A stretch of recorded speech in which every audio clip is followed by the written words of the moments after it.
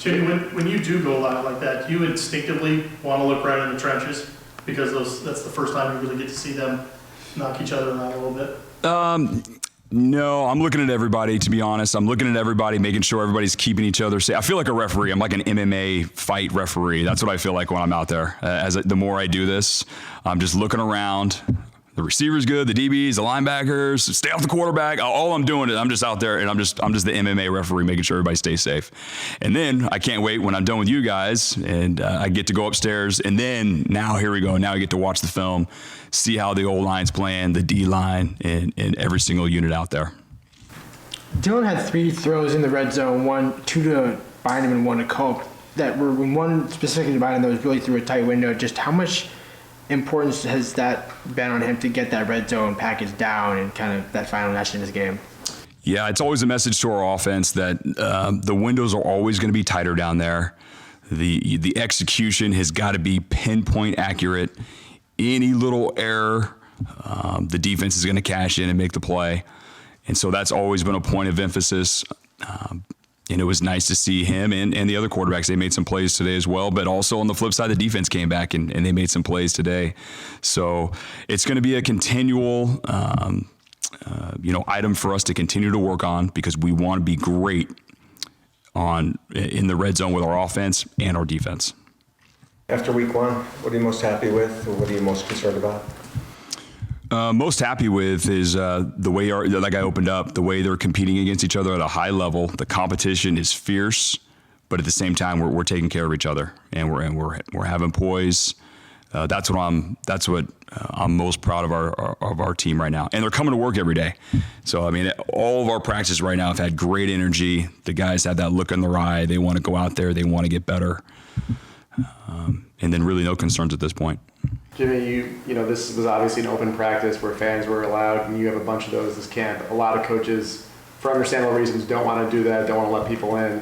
Why do you think it's important to open it up a little bit more and to welcome fans into these kind of things? Yeah, I think for one, what we went through last year and our fans not being able to see us really since the Apple Cup of 2019, I want to give our fans, who I know love Husky football, I want them to give them the opportunity to come see their team. And the other part of it is, the selfish part of it is our team needs to play in front of fans as well.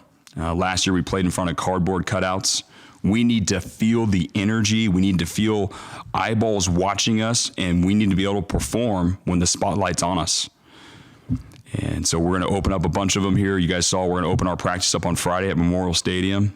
I don't even know what the parking situation's like, but I hope it's good. I hope everybody comes down there and comes watch us play. It should be a fun atmosphere.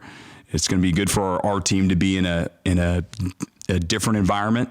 We're going to practice going on. For us, it's a time to practice to go on the road, different surroundings, different climate. The sun is in a different direction. Everything's foreign. The locker room's foreign. And so there's so many positive things about doing that, changing locations. But we want to open this thing as much as possible. Hope the fans take advantage. Come watch your dogs play.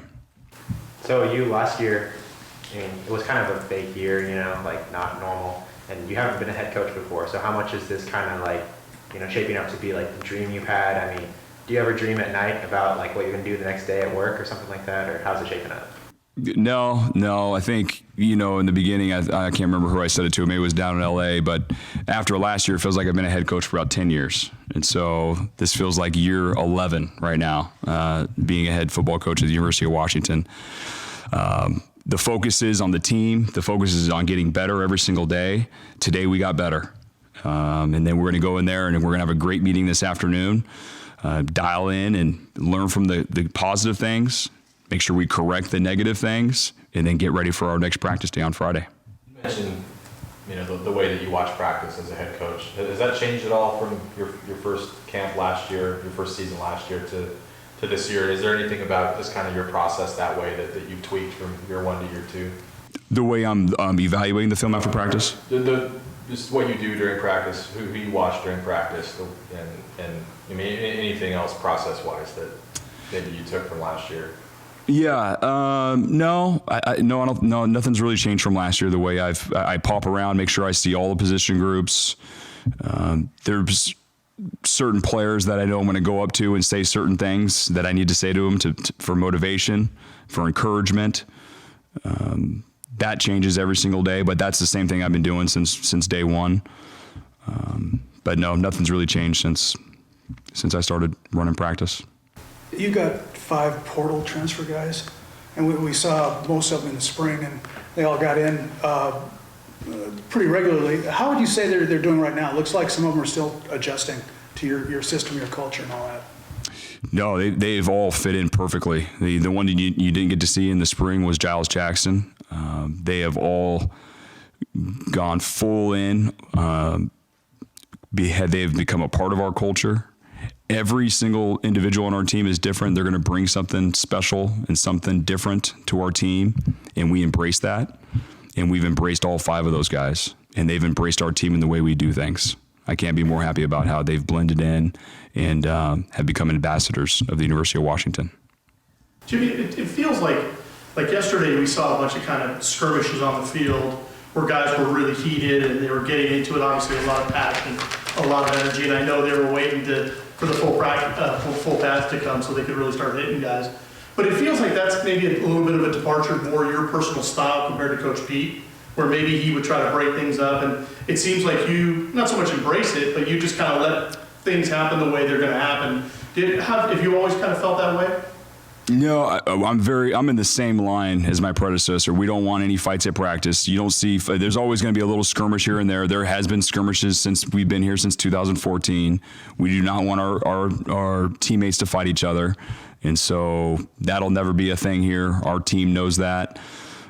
We don't want to practice fighting when fighting is not allowed. If we were a hockey team, we could practice fighting, right? And I think they allow, it's still a penalty, but they allow it. They don't allow that in football. Guys get kicked out of the games, and we don't allow it here at practice.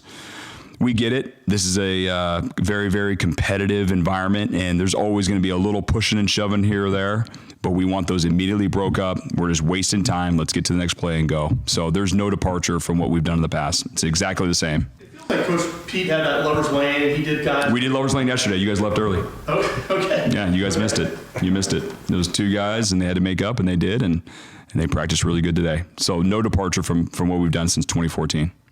What is Lover's Lane? Is that running or something? You have to ask these guys. No, I'll tell you. No, so two guys get in a brawl, then they got to hold hands, and they got to walk around the field together and make up. Yeah. If you were asked who has the best hands on this team, who'd be on that list? Ooh, okay, I like it. Mike's get me back to football. There we go. Best hands on the team. I mean, I think, put me on the spot, I'm going to say K. Dotton. K. Dotton. I mean, that guy just absorbs everything that's thrown at him. I think you guys see it too in a game and in practice, and you don't see it bouncing off his hands very much. I would have to say K. Dotton. Best hands on the team. Taj and Sawyer need to do to take that next step to push Jalen Rome and the other starting receivers more? Who'd you say? Taj Davis, Sawyer Racanelli, and Jalen Polk. What do they need to do to take that next step to get into with the first team more? I mean, those guys are all, the way I look at that whole group right now, they all need to go still make some plays. Terrell Bynum has made the most plays around here and has been a vet and has done things here at the University of Washington. Everybody else, they're all right there competing. So I don't know how you're having them on a different level or something like that. All those guys, to me, are going to get the opportunity to go out there and make plays for us. All of them need to continue to learn the playbook and get their technique right, get their fundamentals right, catch the football, run the route the right depth, block who you're supposed to block in the run game. And they're all on pace right now to be able to provide some plays for us. So, yeah, I wouldn't separate those guys from anybody. Is anybody emerging at safety yet? I think it's another room that we have some talented players, and it's been a dogfight, to be honest. When you say emerge, there's two guys that play a lot of football for us, like I mentioned last time, and Cam Williams and Asa Turner, and they've been solid when they've been out there. I think you got to look at Alex Cook. I think he's had a really good camp so far. And maybe, you guys don't see it with any interception or any big play, a big splash play, but he's been very, very solid in his coverages and his run fits. And so, there's some talented guys back there. Obviously you see Dom Hampton. He shows flashes, makes some plays. I think it's going to be a dogfight. It's going to be a continued dogfight, and the cream's going to rise to the top. And I can't wait to see who's going to emerge at the end of the camp. After getting to see 5 days of film, you haven't seen the 6th day yet, would you say there's any group that maybe has surprised you with maybe how far along they are? I wouldn't, position groups. Yep. Yeah, I knew we were going there. I would say I'm not surprised. I'm more proud of our outside linebacker crew. They had a really good offseason. They trained really well. You guys know we've had some setbacks there with some injuries, and we're going to get guys back.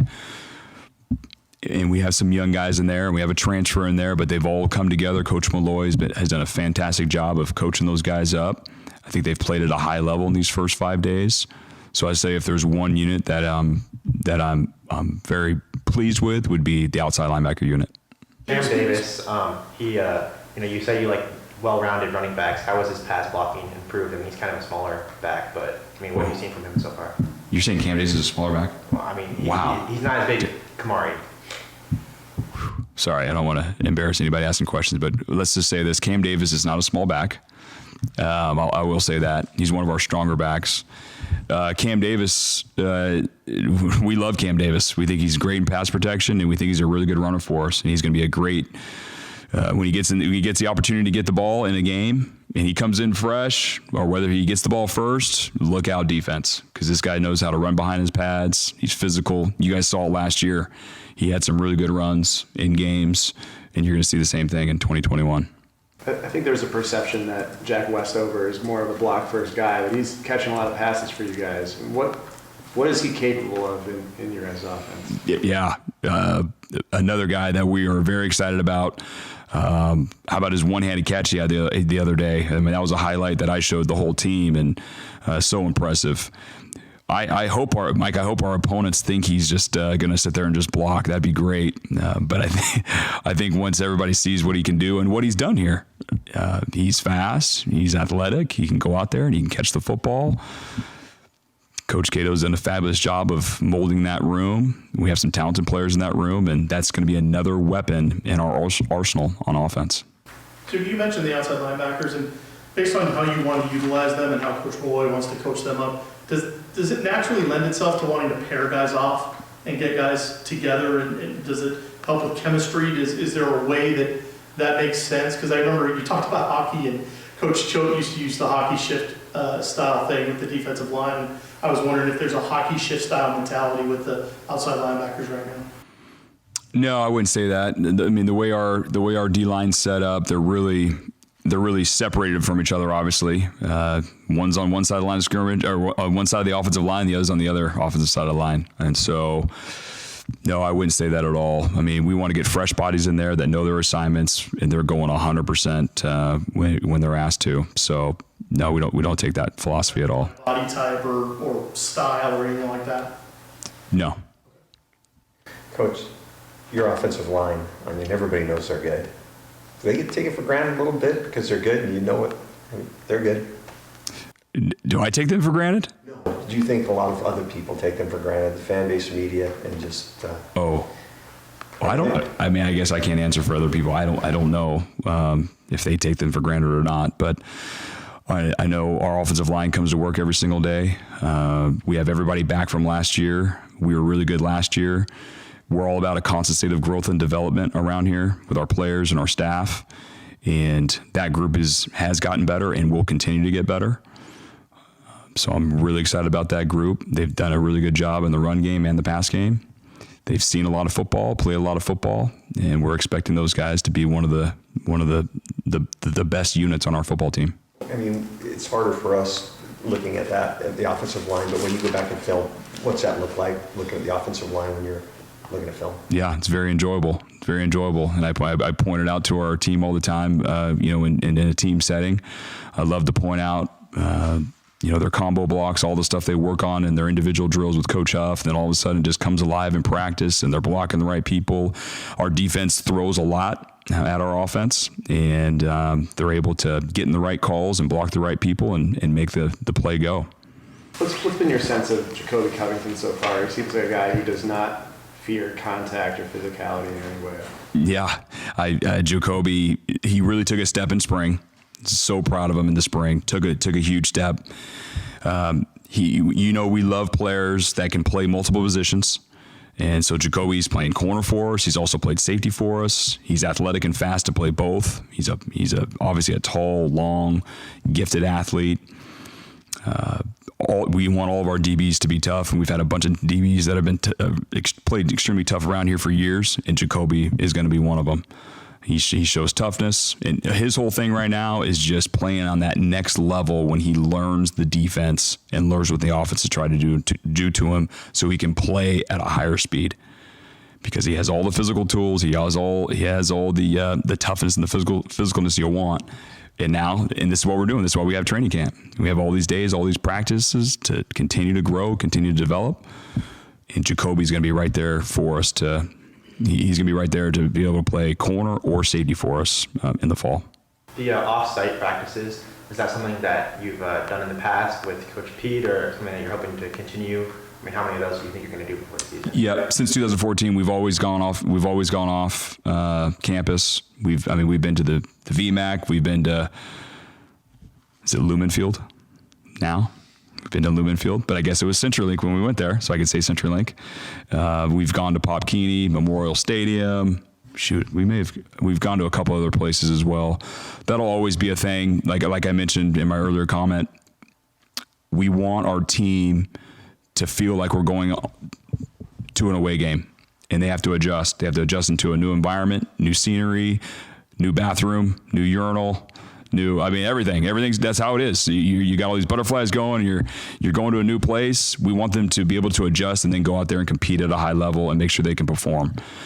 We don't want the first time we're in a new environment to be our first road game.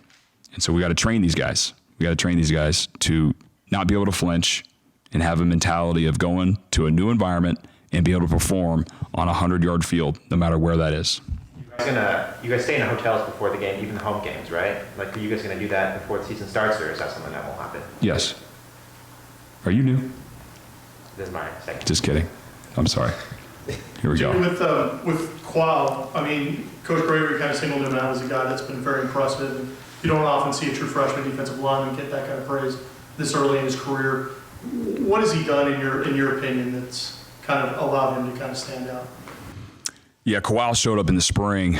First, you could just see his physical stature. He looks like he's like a second or third year player. He plays with a high motor. He plays with energy. He plays with juice. I go back when he first arrived in January, and we were doing mat drills, and he had a competition against one of our offensive linemen, one of our older offensive linemen, and he completely owned the drill and won the drill. I think that right then, we knew we had something on our hands where we had a player that was mentally ready to probably play his first year. And then you go into spring football. He made a bunch of plays in spring football, and then now here we go. We lock him in the weight room, get him bigger, stronger, flexible, more explosive, and now he's going to training camp. He's not playing perfect, but that's what training camp's for. He's going to get better every single day. But I think it's just his mentality. He plays with a fire. He plays with passion. He plays tough, and his body looks and he's strong enough like he's a second, third-year player already. So we're very excited about Kawhi. Pretty dominant offensive lineman in high school too. Do you remember the recruiting process and how you guys decided you like to embed her on the defensive side of the ball? Yeah, usually our best defensive lineman in that position could be the best offensive lineman for their high school. That's how it always works, because they're that athletic and that explosive. Coach Huff would want all of our defensive linemen to probably be offensive linemen if they had the right height, and Kawhi is definitely one of those guys. And so, we just see the athleticism, the explosiveness, and that's why we wanted to bring him in here. And we knew he was going to be a defensive lineman right from the first time that I laid eyes on him. So he's proven us right. He's proven our evaluation correct. He's explosive. He's athletic. He's got really good size, NFL measurables. But now he's just got to learn our stuff and play faster. Jimmy, I saw where Cooper McDonald's brother is considered the #1 linebacker in the Mountain West. Did you know the family lineage there? Did you see him, the brother, before, and wait for Cooper to come on? I did not. I apologize. No, I did not. What team is he at in the Mountain West? San Diego State. Okay. Nope. I did not know that.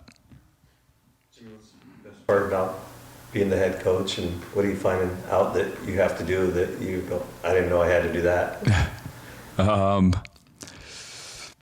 I guess figure out COVID protocols and everything that's going on with COVID, and everybody's looking at me going, "Hey, we've never done this before, so what are we going to do?" That's probably the newest thing, dating back from last year. Do you wear a mask? Not wear a mask? Antigen tests, PCR tests. I mean, all these things. I don't think I knew the word PCR or antigen before 2020. I don't know if you guys did. I didn't know what that meant.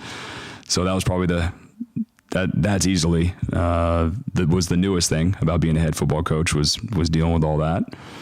And then what was the first part you said? That's the best part about being a head coach? I think it's things that we've been doing on defense for years, just kind of really hammering home the mentality that we want to play with. Just being able to do that, spread that throughout special teams and offense now is probably the most pleasing thing for me. Is we want our team to play tough, physical, and smart football. And we want to make sure we know the situation. And when we know the situation, we go execute. At the same time, we play tough and physical in all three phases. And we've done that on one side of the ball for years. And I'm looking forward to what you guys got a sneak peek last year of seeing that really bleed into all three phases. Jimmy, I kind of noticed something there. It may have been a wrinkle for fall camp, the spotlight thing that you were doing. Can you talk a little bit about that, and why did you feel like that's an important part, I guess, considering where it lays in practice? Yeah, no, it's all, everything comes down to competing and executing, and we need to be able to execute when the spotlight's on us. And there's a spotlight always on everybody when it's 11 on 11. But usually people can't see it because there's so many bodies moving around. And I think it's very important for our guys to know we got to go make that catch. We got to make that throw. We got to knock down that pass on a key fourth down, on a key third down. And you'll continue to see different scenarios come up. We'll do throughout camp in the spotlight drills. It adds juice to practice. It adds competitiveness to practice, and that's probably the other thing that maybe to finish the question about what Kim just answered, what he just asked is, we want to bring that level of competition also in all three phases: offense, defense, and special teams. There should always be a sense of competitiveness all the time, and so sometimes we'll do it, sometimes we won't, and the players have no idea. But you never know when their name's going to get called. And when their name get called, they got to go make a play.